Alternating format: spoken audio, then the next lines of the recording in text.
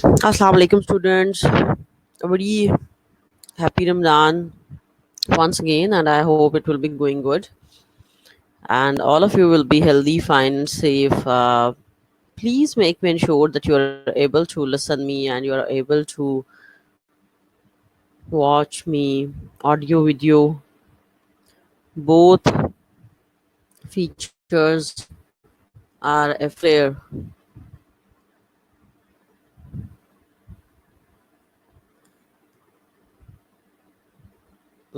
I think only few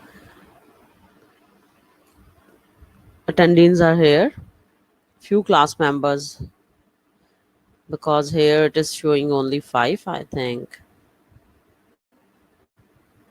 So, BSN, are you there and are you able to hear me so that we can move towards our today's lecture, which is from nutrition, and it is one of the very important topic enteral and parenteral nutrition. Hope you are familiar with it also.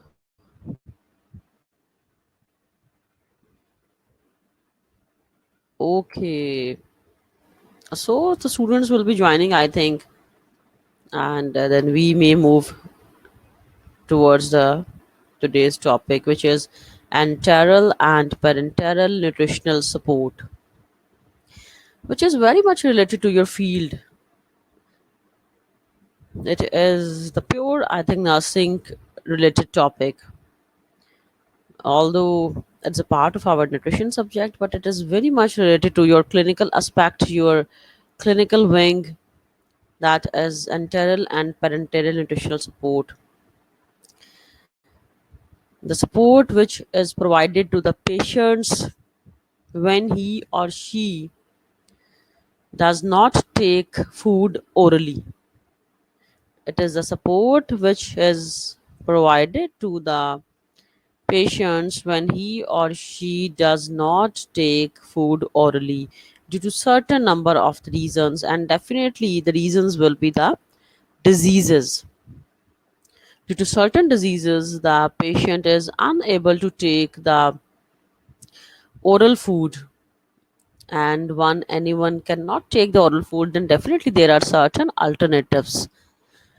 So the alternatives which have been used in hospital instead of the oral food, these alternatives are categorized under the enteral support or parenteral support.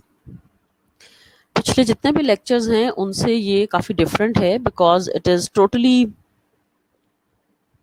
based to the diet which is not related to a specific disease, but the diet which is diet which is given in the number of the diseases, especially in the hospitals.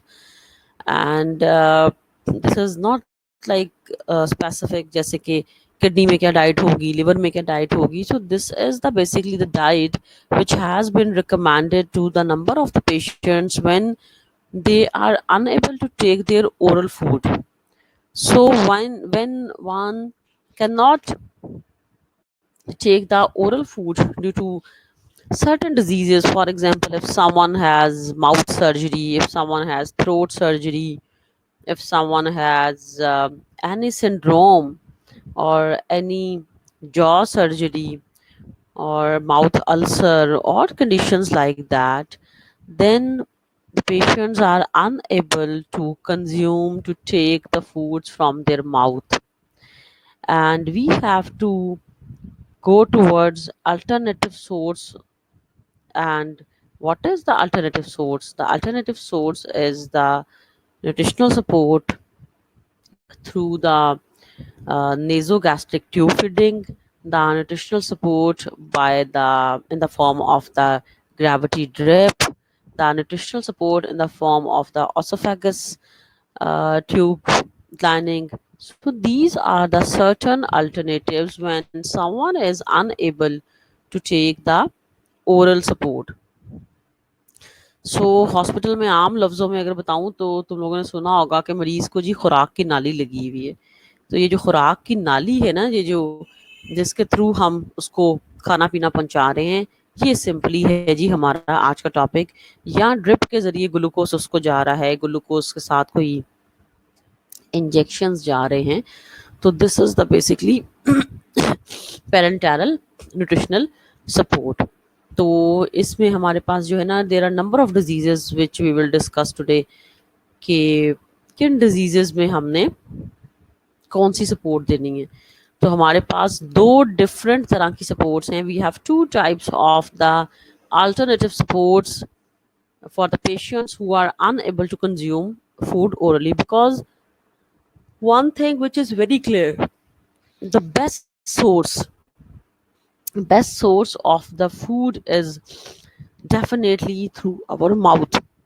सबसे important source जो है कि आप जो जिसे अपने diet ले सको, वो तो यही है जब हम खुद अपने हाथों से और जो है ना ओरली जो है अपने माउथ से जो है फूड इनटेक करें. So that is the one of the best source. But definitely when there are certain complications, when the one is suffering from the certain diseases and he or she is unable to take the food orally, then we have to go towards the alternative methods. And these alternative methods are the nutritional support by placement through the nose, esophagus, stomach, or intestine, like duodenum or jejunum. And how can we approach towards this support? With the help of the number one, tube feedings, and second is there is the condition that the patient must have the functional gastrointestinal tract. If the gut is working, we will use the enteral nutritional support. I'm talking about the first nutritional support, which is the enteral nutritional support. And we have to exhaust all oral diet methods. तो दो तरह की nutritional support है, एक है इंटेरल, एक है पेरेंटेरल. अब इंटेरल कब देते हैं? इंटेरल देते हैं नोज, ऑसोफेगस या स्टमक के थ्रू, ट्यूब्स के थ्रू. ठीक है ना, ट्यूब आपको नोज के साथ जो है वो आप कर रहे हो अटैच. फिर इसके लिए लेकिन एक कंडीशन है. कंडीशन ये है कि जो पेशेंट का जीआई ट्रैक्ट है ना, that must be functional. Because if the GI tract is not functional, अगर उसका जीआई ट्रैक्ट फंक्शनल नहीं है तो तुम लोगों को ये डाइट देने का फायदा नहीं, क्योंकि डाइट अल्टरनेटिवली पेशेंट के स्टमक में ही जानी है. ठीक है, तो स्टमक उसको कैसे मेटाबोलाइज करेगा डाइट को? तो स्टमक फंक्शनल होना इसके लिए लाजमी है. If stomach is not functional and you are putting the diet through the nasogastric tube, तो वो स्टमक में जाके, पेट में जाके वो डाइट क्या करेगी basically, if it is cannot metabolize further. तो इसके लिए कंडीशन ये है कि सबसे पहले स्टमक जो है, जीआई ट्रैक्ट जो है, पूरा GI tract that should be functional. ठीक है, तो सपोर्ट हमने जो देनी है वो नोज, ऑसोफेगस, स्टमक, इंटेस्टाइन्स के थ्रू हम दे सकते हैं. और सबसे इम्पोर्टेंट ये कि हमें सारे ऑरल डाइट्स के जितने मेथड्स हैं उसको सबसे पहले क्या करना होगा, क्विट करना होगा. ठीक है, कि पेशेंट बिल्कुल ओरली कुछ नहीं ले रहा, नहीं ले सकता, तो तभी हम आए हैं ना इस पे एंटेरल सपोर्ट की तरफ. अगर तो वो ओरल कंज्यूम कर सकता तो फिर तो कोई जरूरत ही नहीं थी इसकी देने की.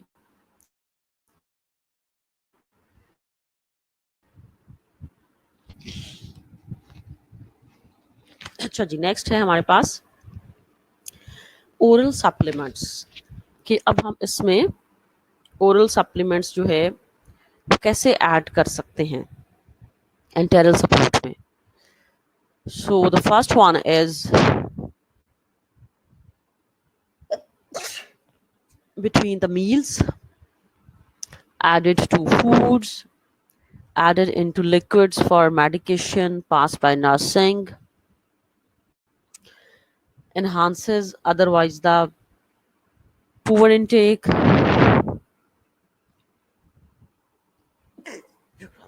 and may be needed by the children or the teens to support the growth. अब इसका मतलब ये है कि जब हम इंटरल सपोर्ट दे रहे हैं पेशेंट को, तो इसमें हम साथ में जो है ना food supplements, definitely there are the food supplements or specialized formula foods which have been given through the tube. Tube के ज़रिए हम जो खुराक देंगे पेशेंट को, उसका एक स्पेशल फार्मूला होता है, उसकी एक स्पेशल कंसिस्टेंसी होती है, स्पेशल उसमें न्यूट्रिएंट्स होते हैं, ठीक है, जो समटाइम्स वेरी करते हैं according to the needs of the patient.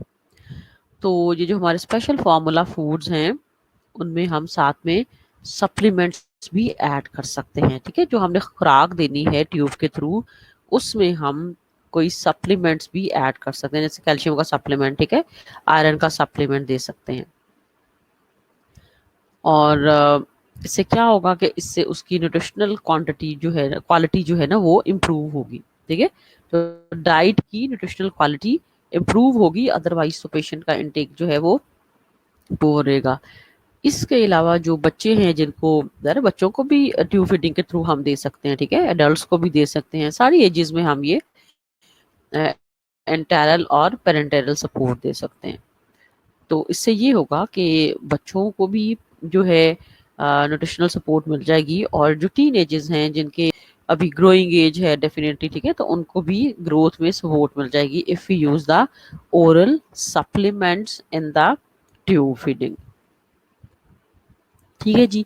तो ओरल सप्लीमेंट्स जो है ये हम बिटवीन मील्स उसको दे सकते हैं, फूड्स में जो हमारी जो आपका इंटरनल सपोर्ट का फूड है उसमें डाल सकते हैं। और जो इंटरनल सपोर्ट अब किस फॉर्म में होगी, ट्यूब में जाहिर है किसी लिक्विड की फॉर्म में होगी ना, कोई सॉलिड आइटम्स तो तुम लोग फूड में नहीं भर सकते, वो तो आपकी ट्यूब जम जाएगी भर के। तो आपकी जो है ना एक स्पेशलाइज कंसिस्टेंसी होती है, स्पेशल विस्कोसिटी होती है आपके जो है मील्स की, ठीक है, और उसमें हम क्या करते हैं, इसको ऐड करते हैं। तो there is the specialized viscosity of the food which has been added to the tubes. तो और वो ज्यादातर लिक्विड टाइप होती है, जाहिर है सेमी सॉलिड हम उसको कह सकते हैं, but more probably it is like in the form of the liquid, because उसने बॉडी से पास आउट होना है, ठीक है। अगर सॉलिड होगी तो वो तो आपकी फंस जाएगी, तो इस वजह से उसकी एक स्पेशल विस्कोसिटी होती है कि वो मूव कर सके आसानी से, आराम से ट्यूब के अंदर, ठीक है। और ट्यूब्स भी जाहिर है उनका भी एक स्पेशलाइज्ड डायमीटर होता है, ठीक है, ट्यूब्स का एक स्पेशलाइज्ड साइज होता है, और वो साइज वेरी भी करता है with respect to the childrens, ठीक है, बच्चों के लिए या बड़ों के लिए तो एक स्पेशलाइज्ड साइज होता है जो कि वेरी भी करता है। अभी पढ़ेंगे इंशाल्लाह नेक्स्ट स्लाइड्स में हम उसको। No conditions that require the other nutritional support, कौन कौन सी कंडीशंस हैं जिसमें हमें ये सपोर्ट चाहिए, ठीक है। तो सबसे पहले जी जो हम इंटरल सपोर्ट का देखते हैं कि किन कंडीशंस में हमें इंटरल न्यूट्रिशनल सपोर्ट चाहिए। तो सबसे पहले हमें जिन कंडीशंस में इंटरल सपोर्ट चाहिए वो है जी इम्पेयर्ड इनजेस्शन। इनजेस्शन का मतलब क्या है, किसी चीज़ को खाना, निगलना, इंजेस्ट करना। अगर कोई भी पेशेंट खाने की किसी चीज को निगल नहीं सकता, जेस्ट नहीं कर सकता, तो उसको फिर हम देंगे इंटरल न्यूट्रिशनल सपोर्ट, ठीक है। इसी तरह से inability to consume the adequate nutritional orally, ठीक है। और इसी तरह से अगर कोई, सबसे पहले तो जी इम्पेयर्ड इंजेशन है, ठीक है, किसी चीज को कोई निगल नहीं सकता, यानी कि उसके थ्रोट में कोई प्रॉब्लम है, throat surgery, throat inflammation, throat infection, ठीक है, जिसकी वजह से इम्पेयर्ड इंजेस्शन है कि इंजेस्ट नहीं कर पा रहा। Second thing, second condition which require the internal support is inability to consume the adequate nutritional orally, ठीक है, कि प्रॉपर न्यूट्रिशन नहीं ले पा रहा, ठीक है, proper nutrition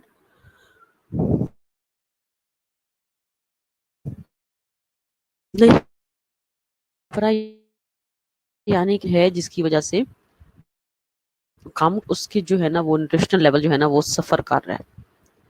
third is impaired digestion, absorption, metabolism. ठीक है, एक तो सबसे पहला था कि निगल ही नहीं सकता, इंजेस्ट ही नहीं कर सकता, इम्पेयर्ड इंजेस्शन। और अब है कि इम्पेयर्ड इंजेस्शन तो है लेकिन साथ में इम्पेयर्ड डाइजेशन भी है, ठीक है, एब्जॉर्प्शन भी है, मेटाबॉलिज्म भी है। ठीक है, ये सारी चीज़ें यानी कि डाइजेस्ट भी नहीं कर पा रहा, एब्जॉर्ब भी नहीं कर पा रहा, मेटाबलाइज भी नहीं कर पा रहा। तो इनमें से कोई भी अगर कंडीशन है तो हम पेशेंट को देंगे इंटरनल न्यूट्रिशनल सपोर्ट। इसके अलावा है स्वेयर वेस्टिंग और डिप्रेस्ड ग्रोथ। ठीक है, कि वेस्टिंग ऑफ मसल्स हैं, डिप्रेस्ड ग्रोथ है, तो इस वजह से जाहिर है लैक ऑफ फूड की वजह से मसल वेस्टिंग हो रही है ना, कि उसकी न्यूट्रिशन पूरी नहीं है। तो लैक ऑफ फूड की वजह से स्वेयर वेस्टिंग है या डिप्रेस्ड ग्रोथ है, तो इन कंडीशंस में हम पेशेंट को देंगे इंटरनल न्यूट्रिशनल सपोर्ट।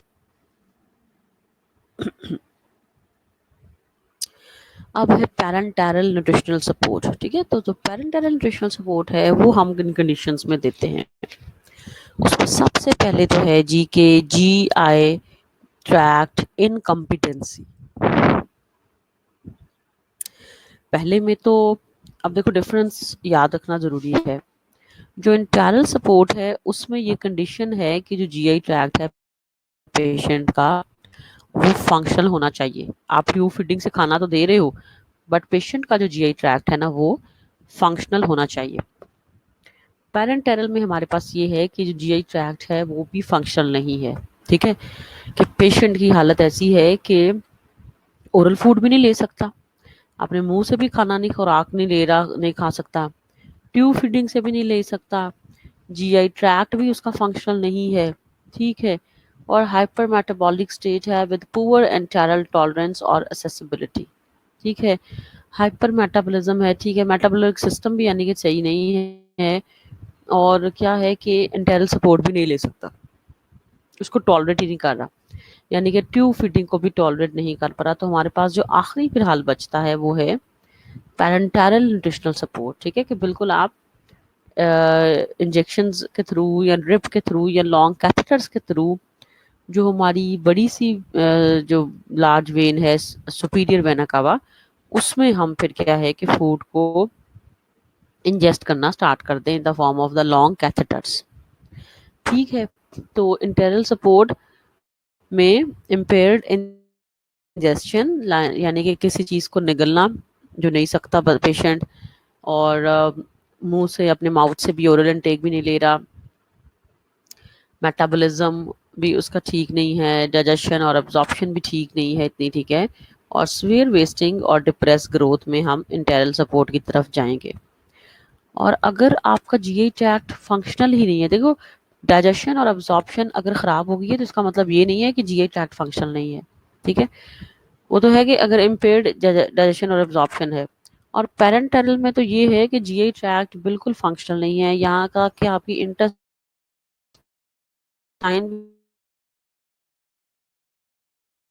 भी कुछ हद तक फंक्शनल नहीं, तो पेरेंटरल जीआई ट्रैक्ट भी फंक्शनल नहीं होगा।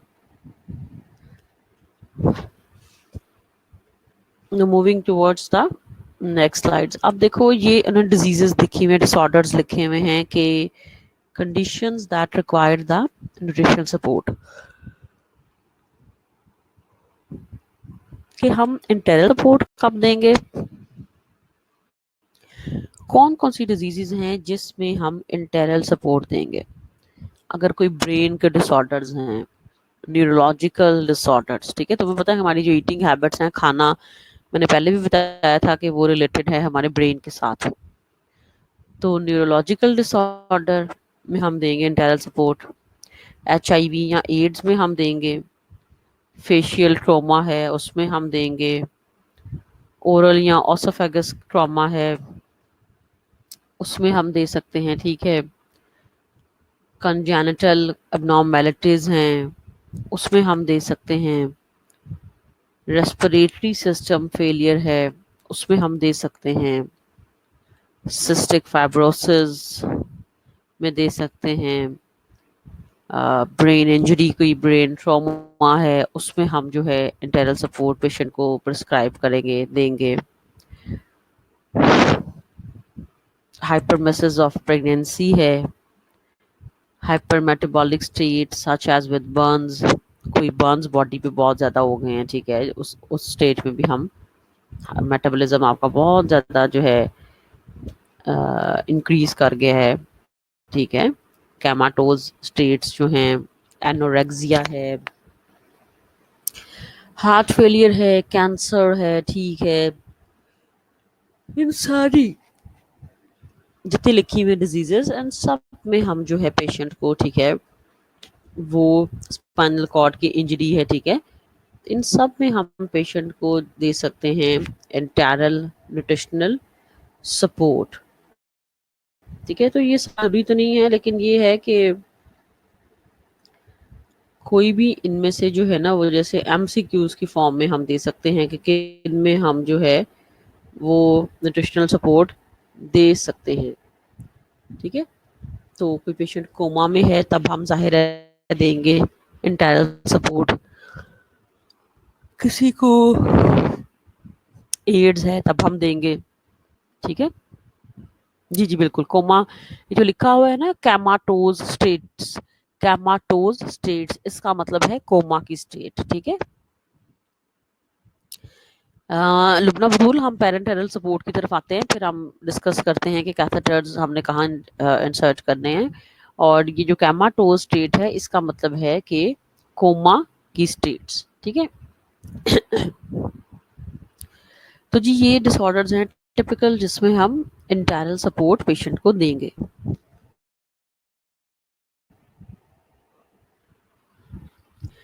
इसके अलावा जब उसका डाइजेस्टिव सिस्टम इम्पेयर्ड हुआ है, ठीक है, उसका एब्जॉर्प्शन या मेटाबॉलिज्म इम्पेयर्ड हुई है, तो उसकी जो हमारे डिसऑर्डर्स हैं, severe gastroparesis, inborn errors of metabolism, Crohn's disease, short bowel syndrome है। इसके अलावा ऐसी डिजीजेस जिसमें मसल वेस्टिंग हो रही है, जिसमें पुअर ग्रोथ है पेशेंट की, ठीक है, जैसे कि cystic fibrosis, cancer, sepsis, cerebral palsy, ठीक है। तो ये जो है ना, इन डिजीजेस में भी हम पेशेंट को दे सकते हैं न्यूट्रिशनल सपोर्ट। मैं बार बार यही कह रही हूँ कि चलो हमें पता होना चाहिए डिजीजेस का कि एमसीक्यूज के लिए, लेकिन सारी नहीं, 5-6 के नाम तो आना चाहिए कि जिनमें हम मतलब कि इंटरनल सपोर्ट दे सकते हैं। कि अगर ये क्वेश्चन हो कि under what conditions internal support can be given और under what disorders parenteral support can be given, तो उसमें हम जो है 4-5 डिजीजेस के जो है वो नाम फिर जो है ना वो याद रख लें। ये जो लास्ट वाली है जी, माइस्थेनिया ग्रेविस, ठीक है, ये जो डिजीज है basically that is the neuromuscular disease, ठीक है, जिससे स्केलेटल मसल वीकनेस हो जाती है, ठीक है, that is the name of the neuro muscular disease, जिससे स्केलेटल मसल की वीकनेस हो जाती है, ठीक है।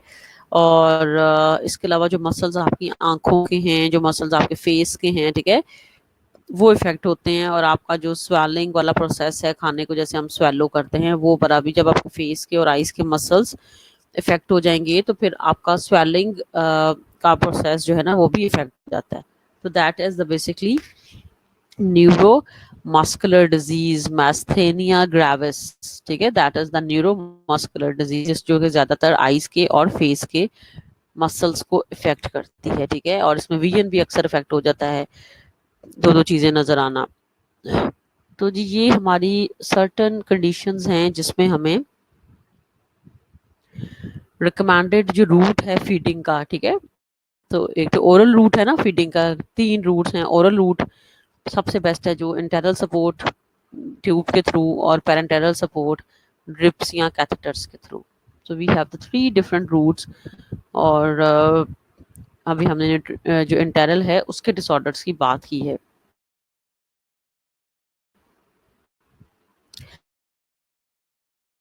अब है पेरेंटल के डिसऑर्डर्स, दोनों है।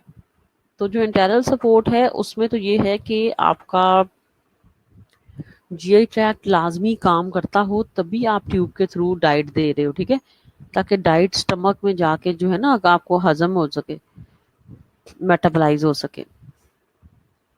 अगर जीआई ट्रैक्ट काम नहीं कर रहा ना तो फिर हमारा जो न्यूट्रिशनल सपोर्ट होगा ना वो होगा पैरेंटेरल न्यूट्रिशनल सपोर्ट।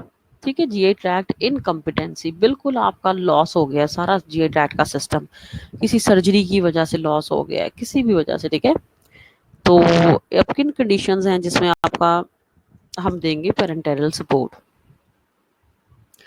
तो जी सबसे पहले टॉप पे हमारे पास है जी शॉर्ट बाउल सिंड्रोम, ठीक है, कोई सेक्शन हुआ है बाउल का, बाउल की सर्जरी हुई है, पेनक्रियाटाइटिस है, ठीक है, पेनक्रियास की इन्फ्लामेशन है, इन्फ्लामेटरी बाउल डिजीज है, बाउल इस्कीमिया है, intestinal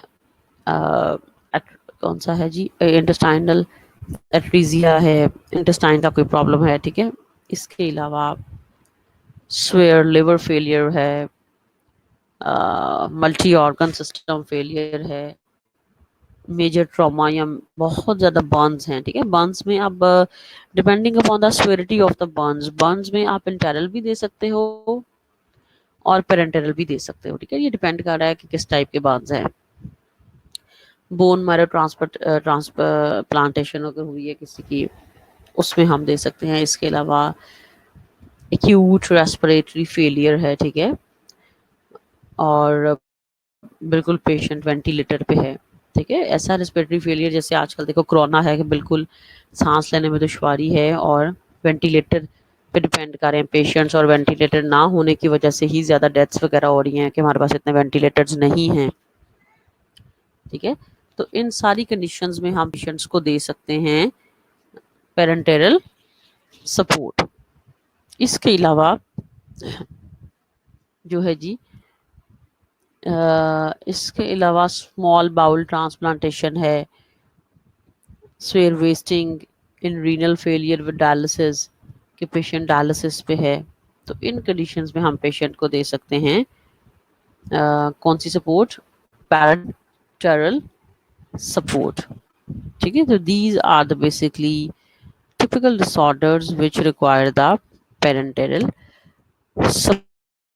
critical illness with poor enteral tolerance के इतनी ज़्यादा बीमारी है, बिल्कुल ऐसी स्वेयर स्टेजेस हैं ज़ाहिर है जिसमें हम पेरेंटरल देंगे कि पेशेंट जो है ना खुद खा सकता है ना ही ट्यूब फीडिंग को टॉलरेट कर रहा है, ठीक है। अब जी important considerations in the internal nutrition, कि इंटरनल न्यूट्रिशन देने से पहले हमने और तुम लोगों ने स्पेशली बीइंग अ नर्स कौन कौन से फैक्टर्स हैं जिनको सामने रखना है, कौन कौन सी कंसिडरेशंस हैं वे पहले आपने सपोर्ट देने से पहले जिस पे हमने चूज करना है, बात करनी है, जिन पे कौन कौन से फैक्टर्स हैं। तो सबसे पहले हमारे पास एप्लीकेबल एप्लीकेबल का मतलब है कि आया ये जो सपोर्ट हम देने लगे हैं ये एप्लीकेबल भी है कि नहीं, पेशेंट के लिए ठीक भी रहेगी कि नहीं, ठीक है। तो सबसे पहले तो एप्लीकेबल का मतलब ये है कि ज़ाहिर है डाइट अपने माउथ से नहीं ले रहा, दूसरी चीज़ उसे ज़रूरत है ट्यूब फीडिंग की, ये चीज़ आपने देखनी है ज़रूरत भी है कि नहीं। साइड प्लेसमेंट कि किसके थ्रू आप नोज के थ्रू दे रहे हो, ठीक है, थ्रू आप स्टमक जो है दे रहे हो, किसके थ्रू आप जो दे रहे हो, ज़्यादातर ये नोज के थ्रू जो है ना नेजो गैस्ट्रिक ट्यूब फीडिंग होती है, ठीक है, नोज के थ्रू दी जाती है, तो साइड प्लेसमेंट इसके लिए बड़ी इंपॉर्टेंट है। तीसरा फार्मूला सिलेक्शन, मैंने तुम लोगों को बताया था ना कि ये जो ट्यूब है इसमें से जो आपकी खुराक जानी है उसका एक स्पेशल फार्मूला है, ठीक है, जो बाजार से मार्केट से अवेलेबल मिलता है और समटाइम्स डिजीज स्पेसिफिक भी होता है कि पेशेंट को क्या बीमारी है उसके लिहाज से हम इसे कार्बोहाइड्रेट्स दें, उसके लिहाज से हमें प्रोटीन्स दें, उसके लिहाज से हम इसे लिपिड्स दें। फिर मेडिकल रिक्वायरमेंट्स उसकी क्या हैं, कुछ ख़ास तो नहीं है उसको कुछ डॉक्टर्स ने प्रिस्क्राइब किया, ठीक है, ख़ास न्यूट्रिशन तो नहीं कोई दी कि इसमें आयरन इतना डालना है, ठीक है, और ऐसी फिर हमें देखना पड़ता है कि जी ये ट्यूब फीडिंग के थ्रू सही देगा कि नहीं, तो न्यूट्रिशनल या मेडिकल रिक्वायरमेंट्स उसकी क्या हैं। क्योंकि ज़ाहिर है ये चीज़ें जो है वो ओरल खाने को तो के अल्टरनेटिव तो नहीं ना हो सकती। जो आप ओरल खाते हो स्वैलो करके चबा के स्टमक में जाता है उसकी और बात है, और जो आपके बॉडी में ट्यूब से जा रहा है ज़ाहिर है उसकी और बात है। तो इसमें हमने न्यूट्रिशनल रिक्वायरमेंट्स पेशेंट की देखनी है क्या हैं, ट्यूब फीडिंग से पूरी हो जाएंगी कि नहीं होंगी। Rate and method of the delivery, कौन सा मेथड, देखो ट्यूब फीडिंग में खाने ने खुद ही पास नहीं करना, ट्यूब के साथ समटाइम्स एक पंप लगा होता है जो खाने को पुश कर रहा होता है, ठीक है। ठीक है, और इसके अलावा दूसरी चीज़ ये है कि उसका फिर एक रेट होता है कि किस स्पीड होती है, किस स्पीड से खाना अंदर जाए, ठीक है।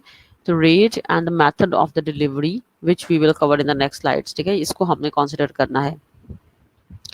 और लास्ट वन लेकिन सबसे ज़्यादा इम्पोर्टेंट कि patient is able to tolerate it और नॉट, कि पेशेंट इसे टॉलरेट कर भी सकेगा कि नहीं, ठीक है। समटाइम्स देखो ट्यूब की वजह से इरिटेशन हो जाती है, साइड सेप्सिस हो जाती है, साइड पे इन्फेक्शन हो जाता है, ठीक है। पेशेंट बिल्कुल टॉलरेट नहीं कर सकता, पेशेंट को इरिटेशन होनी शुरू हो गई है, ठीक है।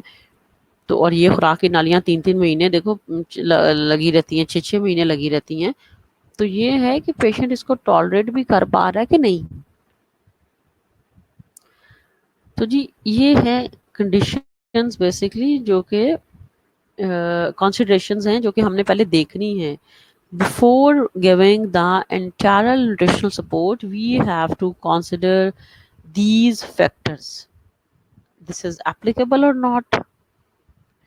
Site placement क्या होगी? Formula selection क्या होगी? Nutritional या medical requirements क्या हैं? Rate and method of delivery and tolerance. ठीक है, ये 6 फैक्टर्स हैं जो कि हमने देखने हैं। सबसे इम्पोर्टेंट फॉर्मूला सिलेक्शन, कि जो ट्यूब फीडिंग में अब हम जो डाइट दे रहे हैं जी उसका फॉर्मूला क्या होगा, उस पे हम बात कर रहे हैं। The suitability of feeding formula should evaluated based on the functional status of GI tract, physical characteristics of formula जैसे कि osmolality, fibre content, caloric density, viscosity.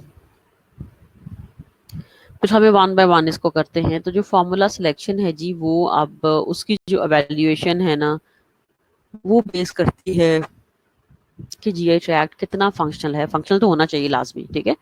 तो 100% फंक्शनल है, फिर जाहिर है फॉर्मूला थोड़ा सा हम लोग हैवी भी दे सकते हैं। तो डिपेंडिंग अपॉन कि जीआई ट्रैक्ट कितना फंक्शनल है ये हम फॉर्मूला सेलेक्ट करेंगे कि आपकी डाइट में कौन सी चीज़, उसमें ट्यूब में कौन सी चीज़ें होनी चाहिए।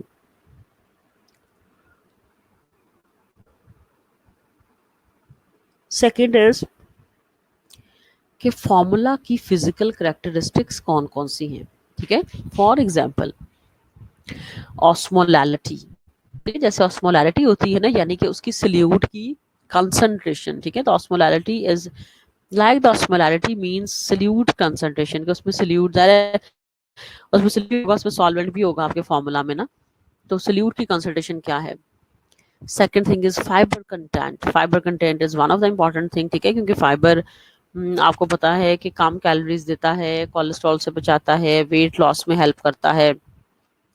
तो डिपेंडिंग अपॉन पेशेंट की कंडीशन पर डिपेंड करता है, तो उसके अकॉर्डिंगली फिर हम उसको फाइबर कंटेंट को एडजस्ट करेंगे, ठीक है। तो सल्यूट की कंसंट्रेशन देखेंगे अपने फार्मूला की, फाइबर कंटेंट देखेंगे, कैलोरीज कितनी चाहिए उसको, ठीक है, इस फूड से जो आपका फार्मूला फूड है उसको कैलोरीज कितनी डेंस उसको मिलेंगी, ठीक है।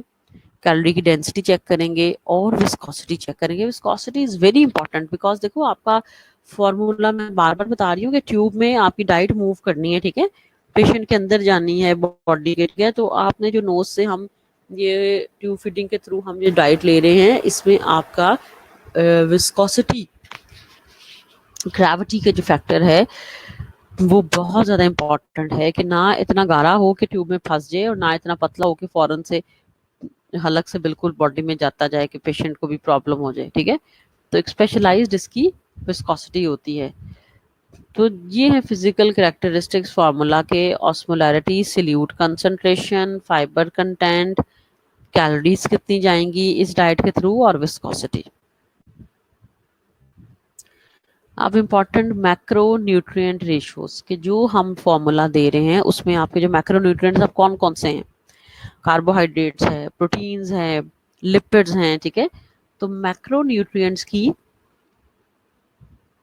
रेशियो क्या है कि आपने जो फॉर्मूला आप सेलेक्ट किया है, ठीक है, तो उसमें कार्बोहाइड्रेट्स कितने हैं, प्रोटीन्स कितनी हैं, और फैट्स कितने हैं, ये हम अब देखेंगे, ठीक है, कि हमारे जो बायोमोलिक्यूल्स हैं उनकी परसेंटेज आपके फॉर्मूला में कितनी है। फिर digestion and absorption capability of the patient, कि पेशेंट आपका जो भी आप फॉर्मूला फूड दे रहे हैं उसको डाइजेस्ट कर पा रहा है, एब्जॉर्ब कर पा रहा है, ठीक है।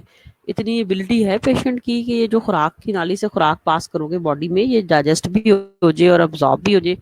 डाइजेस्ट एब्जॉर्ब नहीं होगी तो पेशेंट को तो एनर्जी नहीं मिलेगी ना। तो आपकी डाइट जो है सबसे पहले तो एब्जॉर्ब होनी चाहिए, डाइजेस्ट होनी चाहिए।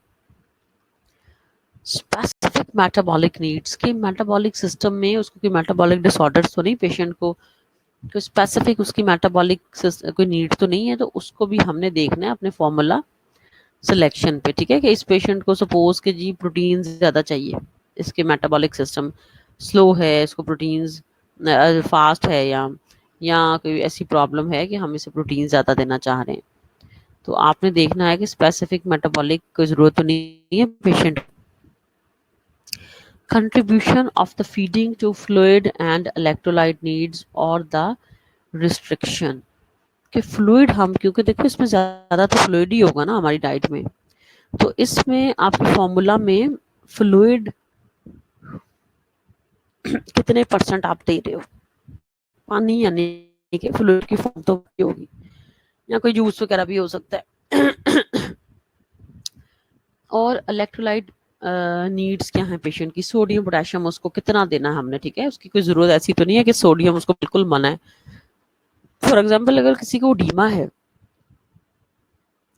तो क्या हम ये इंटरनल सपोर्ट दे सकेंगे, क्या इसमें हमें इतना फ्लूइड दे सकेंगे और डीमा के पेशेंट को सोडियम पोटेशियम दे सकेंगे, ज़ाहिर है नहीं।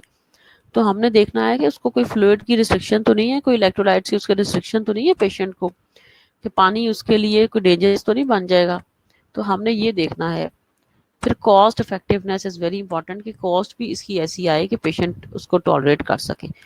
अब क्योंकि हम बात कर रहे हैं अब्रॉड वर्ल्ड की, हम सिर्फ इंटरनल और पेरेंटल सपोर्ट पाकिस्तान की बात नहीं कर रहे, हम तो दुनिया की बात कर रहे हैं। तो दुनिया में जो है ना वो बिल्कुल इसमें I am sorry but Pakistan में तो ऐसा है कि एक ही जो डब्बे के पीडियाश्योर या जो इंश्योर के नाम से मिल्क टाइप हमारे पास आते हैं या सप्लीमेंट्स आते हैं, इसको ही हम पानी में मिक्स करके तो सारे पेशेंट्स को एक ही तकरीबन फार्मूला दे रहे होते हैं, except in the few good hospitals, ठीक है, कि जो कि डाइट देते हैं according to the need of the patient, वरना एक ही जो है वो आता है फार्मूला इंश्योर या पीडियाश्योर टाइप का, पानी में पाउडर को मिक्स करते हैं या ट्यूब में डालना शुरू कर देते हैं, ठीक है। तो बाकी दुनिया में हर जगह अगर डायबिटिक पेशेंट्स हैं तो फार्मूला अलहदा है, रीनल फेलियर का है तो उसका फार्मूला अलहदा है, लिवर डिजीजेस का है तो उसका फार्मूला अलहदा है, तो उसके अकॉर्डिंगली दिया जाता है। और फिर हमें देखना पड़ता है कि कॉस्ट इफेक्टिवनेस है कि नहीं, बिकॉज ये कॉस्टली भी बहुत ज़्यादा होते हैं। कि अगर आप देखो सिर्फ पेशेंट की मेटाबॉलिज्म की ऐसी नीड है कि उसे प्रोटीन्स पूरी वो नहीं ले सकता, अगर अमाइनो एसिड, हाँ पहले से ही अगर उसे डाइजेस्ट या मेटाबोलाइज प्रोटीन्स मिल जाएं, अमाइनो एसिड्स की फॉर्म में मिल जाएं, तो फिर पेशेंट ले सकेगा। लेकिन अमाइनो एसिड्स में अगर पहले से ही डाइजेस्ट चीज़ होगी, अमाइनो एसिड्स की फॉर्म में होगी, तो ज़ाहिर है वो उतनी कॉस्टली भी होगी, कि बॉडी ने जो प्रोटीन्स को मेटाबोलाइज करना था और अमाइनो एसिड बनाने थे वो काम आपको बाजार से बना बनाया मिल गया है, तो उसमें ज़ाहिर है आपकी कॉस्ट आएगी ज़्यादा। तो हमने ये अब देखना है कि आपका जो फीडिंग फार्मूला है उसकी फिजिकल कैरेक्टरिस्टिक्स क्या हैं, उसमें कार्बोहाइड्रेट, प्रोटीन्स और लिपिड्स कितने हैं, पेशेंट उसको टॉलरेट कर सकता है कि नहीं, एब्जॉर्ब कर सकता है कि नहीं, और उसमें फिट की परसेंटेज कितनी है, उसमें इलेक्ट्रोलाइट्स की नीड जो है वो पेशेंट की नीड के मुताबिक हैं यहाँ पेशेंट को अगर फ्लूइड रिस्ट्रिक्शन है तो ऐसा तो नहीं है कि उसका फ्लूइड परसेंटेज ज़्यादा है और फिर उसकी कॉज क्या है। तो सारी चीज़ें जो है हमने जी देख के तो फिर हमने अपना फॉर्मूला सेलेक्ट करना है, ठीक है, according to the need of the patient. आपका फॉर्मूला सिलेक्शन होगी according to the need of the patient, according to the disease of patient also, ठीक है, कि पेशेंट की बीमारी क्या है, पेशेंट की ज़रूरत क्या है, उसके मुताबिक हम अपना फॉर्मूला जो है वो सिलेक्ट करेंगे। अब ये फार्मूलाज होते किन टाइप्स के हैं, ठीक है, इंटेरल फार्मूला की सिर्फ अभी बात कर रही हूँ कि इंटेरल फार्मूलाज की कितनी टाइप्स हैं, कितनी टाइप के फार्मूलाज हैं, ठीक है। तो जी जो इंटेरल न्यूट्रिशनल सपोर्ट है इसमें 6 टाइप्स ऑफ फार्मूलाज जो है ना वो नॉर्मली अवेलेबल होते हैं, ठीक है। तो these are the 6 type of formulas, ठीक है, विच आर नॉर्मली अवेलेबल, और जो हमारी अमेरिकन सोसाइटी फॉर पेरेंटरल और इंटेरल न्यूट्रिशनल सपोर्ट है उससे अप्रूव होते हैं ये फार्मूलाज, ठीक है। ऐसे नहीं आप पेशेंट को दे सकते हो, अप्रूव्ड हमारे ये फार्मूलाज होते हैं। तो इसमें हमारे पास जी 6 तरह के फार्मूलाज हैं जो कि according to the specific disease of the patient हम उसको प्रिस्क्राइब कर सकते हैं, ठीक है। So we have the 6 types of the formulas, जिसमें हमारे पास सबसे पहला है general purpose intact polymeric formula. अब ये जनरल पर्पस है, इसमें नाम में देखो जनरल आ गया है। जब जनरल उसके नाम में ही आ गया है तो इसका मतलब तो ये है कि जी ये आपका जो जनरल पर्पस फार्मूला है तो आम फार्मूला है, ठीक है। तो ऐसा पेशेंट जिसको कोई मिनिमम डिसऑर्डर होगा, कोई मिनिमम उसको जो है जी इम्पेयर्ड जिसकी डाइजेशन होगी, उसमें हम ये दे सकते हैं for use in patients with normal और मिनिमल इम्पेयर्ड डाइजेशन। ज़्यादा उसका डाइजेस्टिव सिस्टम जो है ना वो प्रॉब्लम नहीं कर रहा, ठीक है, और डिजीज़ को इतनी बहुत ज़्यादा स्वेयर नहीं है, उन केसेस में हम ये देंगे सबसे पहले वाला फार्मूला। इस फार्मूला में प्रोटीन्स हैं, इसके अलावा जो है ना लो विस्कोसिटी है इसकी, ये जो 300 से 500 मिली ऑस्मोलैरिटी लिखी हुई है, याद रख लो तो अच्छा है। वैसे ये पता होना चाहिए कि use in patients with normal और मिनिमल इम्पेयर्ड डाइजेशन। इसके अलावा लैक्टोज फ्री फार्मूला है, क्योंकि अक्सर लोगों को देखो लैक्टोज से जो है ना वो प्रॉब्लम हो जाता है, ठीक है। So this is the lactose free formula, जैसे हमने पढ़ा था ना लैक्टोज इंटॉलरेंस, तो ये है जी लैक्टोज फ्री फार्मूलाज। और ज़्यादातर ये लैक्टोज फ्री फार्मूलाज हैं क्योंकि लैक्टोज को बॉडी जो है ना वो टॉलरेट नहीं कर पाती, इस वजह से। अच्छा जी, इसके अलावा क्या है कि इसमें 30 to 40% प्रोटीन है पर लीटर में, ठीक है, इसके 1 लीटर में। इनएक्सपेंसिव है, सस्ता है फार्मूला, और it is also called as the house general meal replacement, ठीक है। मतलब कि इतना चीप है कि आप इसको कह सकते हो जनरल हाउस फार्मूला है। It is the cheap formula which can be called as the house और मील रिप्लेसमेंट। अच्छा जी, अब इसके अलावा है डिफाइंड हाइड्रोलाइज या मोनोमेरिक। अब देखो हाइड्रोलाइज का टर्म आ गई है, hydrolysed, hydrolyse means break down. तो जाहिर है ये थोड़ा एडवांस फार्मूला होगा कि इसमें ऑलरेडी जो चीज़ें होंगी वो ऐसी होंगी कि which has been broken down. जैसे मैं बात करी थी कि प्रोटीन्स हैं तो उसको ब्रेक डाउन किया हो उसमें अमाइनो एसिड्स में, ठीक है। तो जी अब हम जो हाइड्रोलाइज फार्मूला है for patients with GI compromise, देखो जीआई जिनका पूरी तरह फंक्शनल नहीं है, कोई प्रॉब्लम आ रही है, ठीक है, who require hydrolyse nutrients for improved digestion, के डाइजेशन को इम्प्रूव करने के लिए जीआई ट्रैक्ट में कुछ प्रॉब्लम है, और डाइजेशन को इम्प्रूव करने के लिए क्या है कि हमें ऐसा फार्मूला चाहिए कि जिसमें ऑलरेडी हाइड्रोलाइज प्रोडक्ट्स हों, यानी कि आपका जीआई ट्रैक्ट की इतनी कॉम्पिटेंसी नहीं है, ठीक है, इतनी एबिलिटी नहीं है जीआई ट्रैक्ट की कि आपके जो है उसको जो है खाने को जो है मेटाबोलाइज कर सके या हाइड्रोलाइज कर सके, ब्रोकन डाउन कर सके। तो इस वजह से हम ये फॉर्मूला प्रिस्क्राइब करते हैं। Patients with GI compromise who require hydrolyzed nutrients for the improved digestion. Osmolarity depends upon the hydrolysis। और इसमें भी जो है लैक्टोज फ्री फार्मूला है, उसमें 30 से 40 ग्राम प्रोटीन थी, इसमें 30 से 45 ग्राम प्रोटीन है।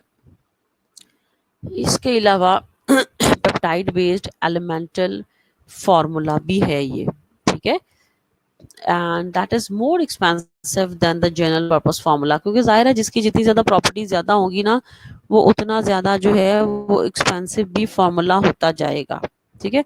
तो जितनी ज़्यादा अगर खूबियाँ होंगी किसी फार्मूला में, तो जाहिर है कि उतना ज़्यादा वो एक्सपेंसिव भी होता जाएगा फार्मूला। तो जी अब हम बात करते हैं जी कि ये फार्मूला है, ठीक है, यानी कि प्रोटीन्स को हाइड्रोलाइज किया गया है। प्रोटीन्स जब उसको ब्रेक करेंगे तो पेप्टाइड्स बनेंगे, ठीक है, क्योंकि पॉलीपेप्टाइड होती है ना प्रोटीन, तो पॉलीपेप्टाइड को ब्रेक करो तो आपको डाइपेप्टाइड, मोनोपेप्टाइड्स वगैरह मिल जाएंगे, ठीक है। तो जी प्रोटीन्स को ब्रेक किया गया है और पेप्टाइड्स की फॉर्म में ये फॉर्मूला है, जिसको हम डिफाइंड या हाइड्रोलाइज या मोनोमेरिक कह रहे हैं, ठीक है।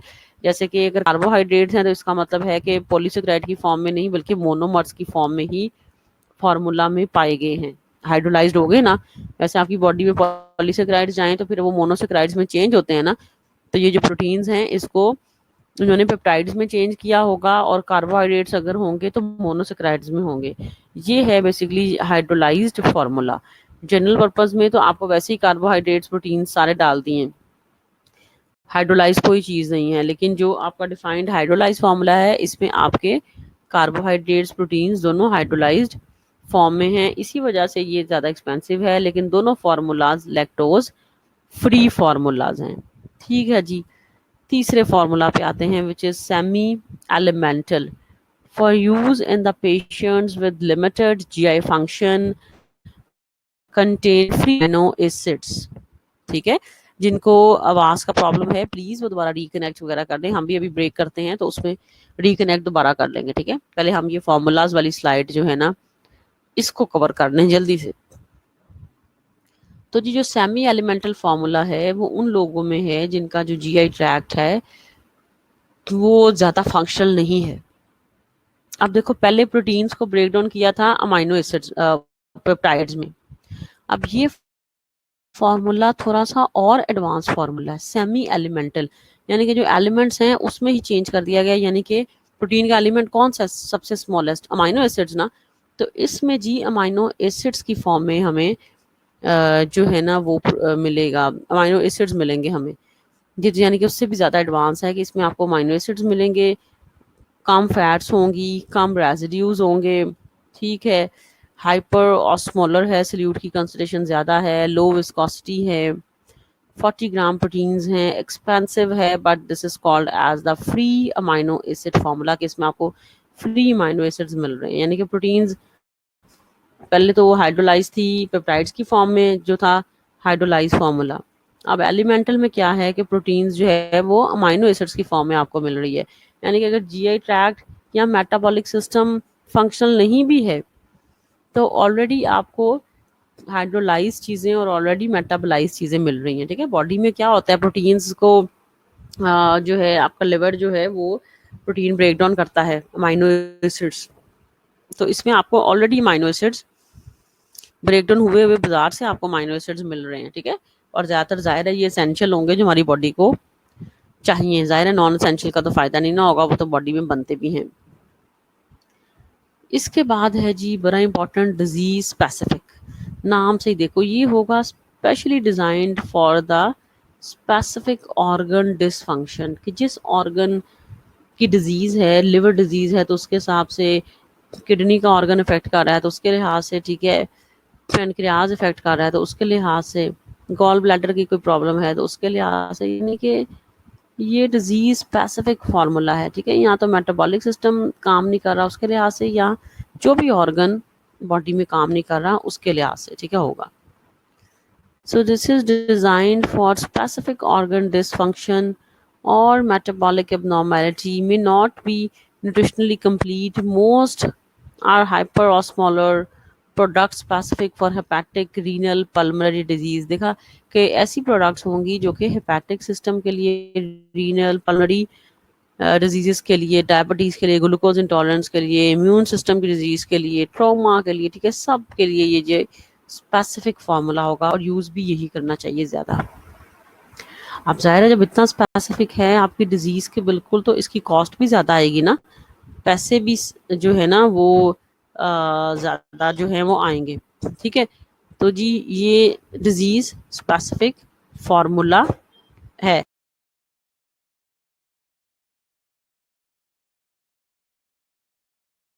So this is the disease specific formula.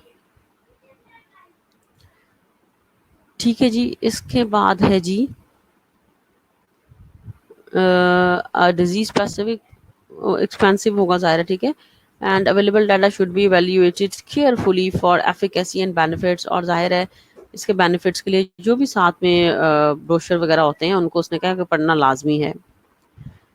अच्छा जी, 10 मिनट की ब्रेक कर रही हूँ, उसके बाद हम वापस आ रहे हैं, ठीक है, going for the break and then we will be back. तुम लोग अपने सिग्नल्स वगैरह भी सारे जो है ना वो इसमें रिज्यूम कर लो, ठीक है।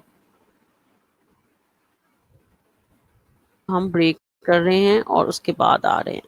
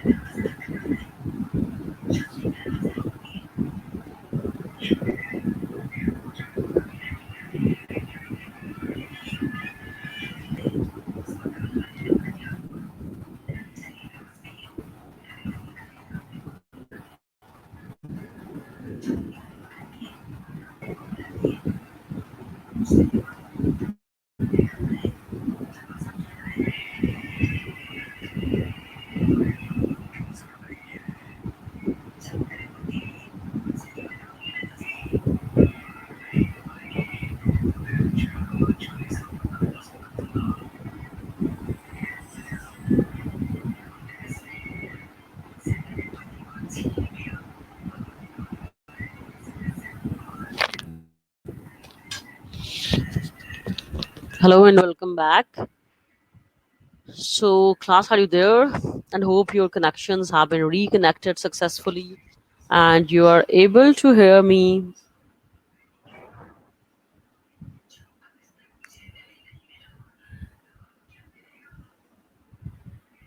Okay, okay, okay. So, ji, we're going to resume the lecture where we have left it. Basically, you all know that Ramzan it is really tough to talk continuously for 2 hours, and that's why basically I need a break. This हालत थोड़ा सा खुश्क हो रहा था, मैंने कहा थोड़ी देर रुक ही जाएं उसी टाइम, इसलिए मैंने पॉज ले लिया. तो जी अब हम इसको रिज्यूम करते हैं जी. तो how you talking about the internal formula categories. ठीक है, तो ये सेपरेट एक क्वेश्चन आ सकता है कि what kind of formulas has been used in the internal support. You write the names of the formulas, explain the formulas. ठीक है, तो इसलिए ये जो टेबल है ये हमने लाजमी करना है. ठीक है, स्लाइड्स में तुम लोगों से शेयर कर दूंगी. और जो स्लाइड्स में अक्सर बड़े छोटे से नजर आते हैं, तो तुम लोगों को चाहिए कि तुम लोग जो है वो उसके अलहदा से वन पेज जो प्रिंट होता है ना, क्योंकि स्लाइड्स के प्रिंट तो अक्सर ये होते हैं कि एक पेज पे 6 स्लाइड्स, बट ये जहाँ पे टेबल होंगे ना इनके प्लीज एक एक सिंगल सिंगल पेज के प्रिंट लेने हैं ताकि पढ़ा जा सके, वरना पढ़ा नहीं जाएगा तुम लोगों से. And do not rely on the soft copy के we have the soft copy, तो हमें क्या जरूरत है प्रिंट लेने की. ठीक है, ऐसा नहीं करना, क्योंकि सॉफ्ट कॉपी से एग्जाम्स के नजदीक पढ़ना जो है ना that is really really very tough. So we have to take the print outs.